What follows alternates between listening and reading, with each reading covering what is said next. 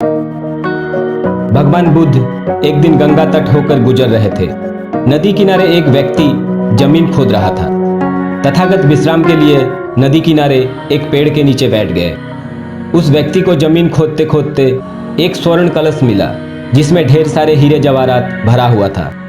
वो व्यक्ति सोचा, मेरा नसीब बदल गया, और खुशी से उछलते हुए भगवान बुद्ध के पास पहुंचा। वो स्वर्ण कलश महात्मा के चरणों में रख दिया और बोला, आपके आगमन से ही मुझे ये कलश प्राप्त हुआ है।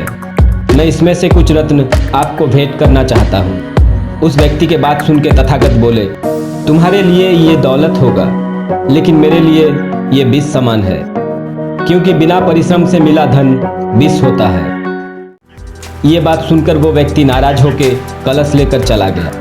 उसने हीरे जवाहरात बेचकर संपत्ति खरीदा और दरिद्र से धनवान हो गया। उसके कुछ विरोधी ने राजा से शिकायत कर दिया। कहा कि जमीन में दबा हुआ धन राजकोष का होता है, जो सिर्फ प्रजा हित में ही व्यय किया जाता है, निजी स्वार्थ पूरा करने के लिए नहीं। और उस व्यक्ति ने निजी स्वार्थ के लिए व्यय किया है। ये बात सुन राजा ने उस व्यक्ति को परिवार सहित कारावास में डाल दिए और उसकी सारी संपत्ति जब्त कर लिया। एक दिन राजा कारावास निरीक्षण के लिए आए।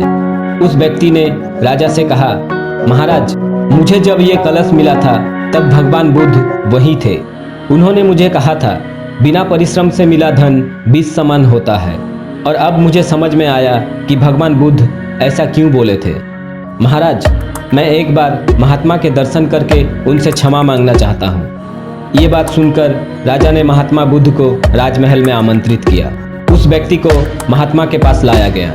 वो व्यक्ति महात्मा की चरणों में गिर गया और बोला, भगवान, उस समय मैं अगर आपकी बात समझ गया होता तो आज मेरा ये हालत ना होता।